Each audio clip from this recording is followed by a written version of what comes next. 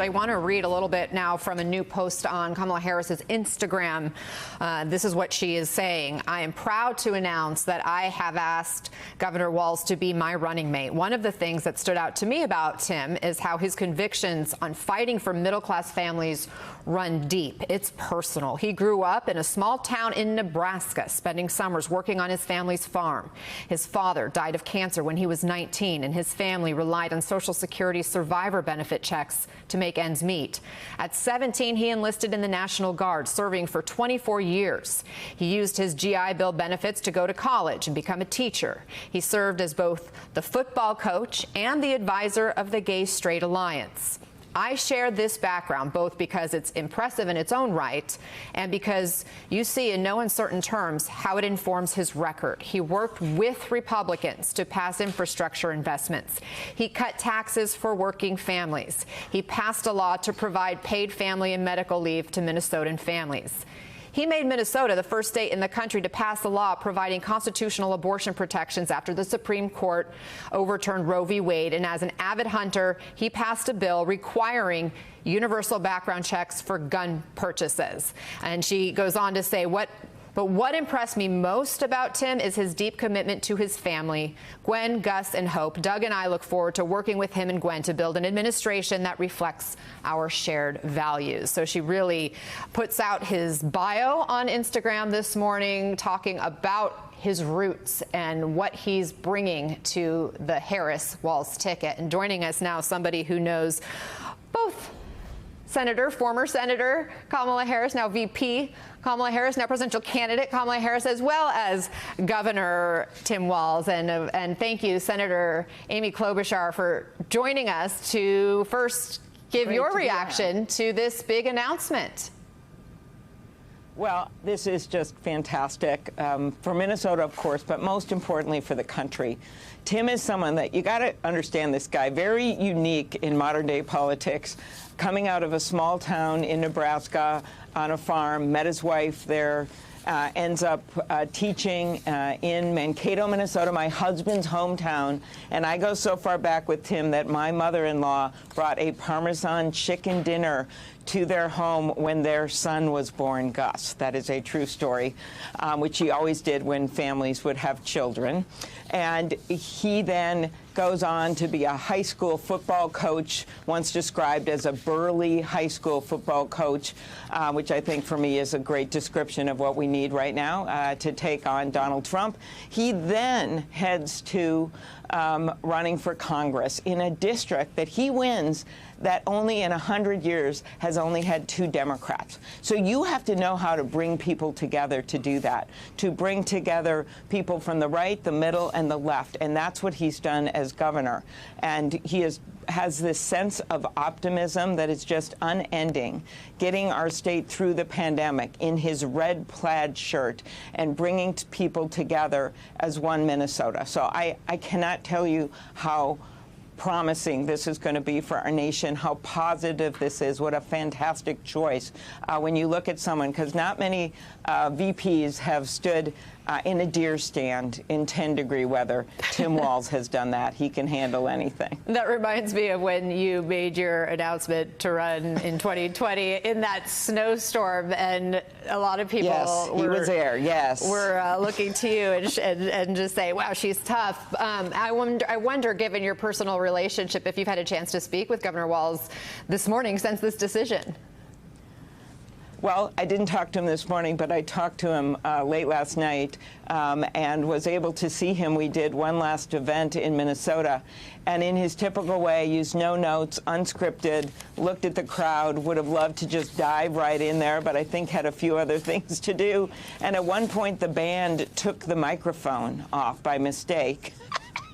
And Tim was helping me to find the microphone so that we could start the event. So I'm just telling you, he is humble as they come. He is just someone that is just almost, you want to be around him and talk to him. We had Gwen and Tim over on New Year's Day for lunch. My husband and I did, just because they're really a great, great couple as well. And I can't wait for the nation to see that. And you mentioned being at that Democratic fundraiser with Governor Walz last night, and you talked about how the nation's now getting to see this man that you and others there in Minnesota have come to love, and you talk about his roots, his humble roots, how he worked his way up as a teacher, as a veteran, as somebody who's really been a servant to the country in every possible way. You say he went to Congress from a rural district, now is governor of your proud state. He's talked about bringing joy to the ticket, to the political just calculus and conversation in general. What does that look like in practice, the politics of joy?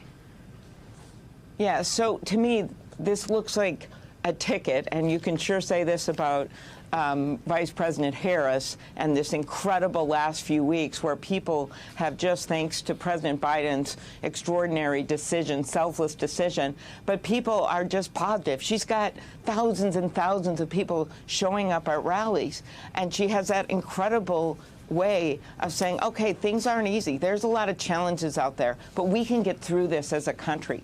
That's what they have in common in a big way. That's what Tim Walz has been like as governor, where he said, I know this is a tough time right now in that middle of that pandemic, but we're going to get through this. And now CNBC just ranked our state as 6th in the country for doing business. He is someone that brings that same positive effervescence to our country. And I just think to imagine that we can get in a better place when it comes to child care and housing and bringing prescription drugs down, something that Tim Walz worked on a state level, Kamala Harris worked on a national level, you've got to see and bring people with you to see that you can get there. And that idea of unifying our country, you can't get there unless you are able to show that you really mean it and that you have the track record of doing it. And that's something that Tim Walz is going to bring to this ticket in a big, big way. And how does he defend against the attacks that are already coming from the Trump campaign, calling him an open border zealot, saying he's weak on violent crime, saying that he let the Minneapolis Police Department's police headquarters burn down during the George Floyd protest? So we now see where they're headed with attacking this new ticket. What's the best defense? You know, I first of all see Tim Walz, the veteran. I see someone that always puts his country first. And in the case of the violence that erupted after the tragic murder of George Floyd, Tim Walz did call in the National Guard, and he stood by that decision despite getting some grief for it.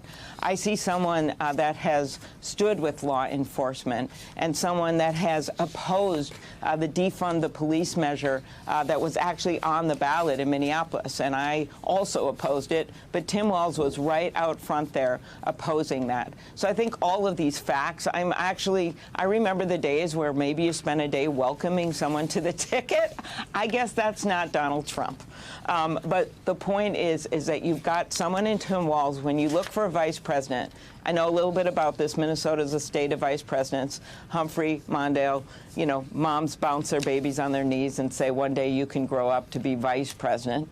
What Kamala Harris is giving the nation with Tim Walz is someone, one, who's incredibly smart and someone who can lead and bring people with us. He knew that as a football coach. He knew that as a member of our military.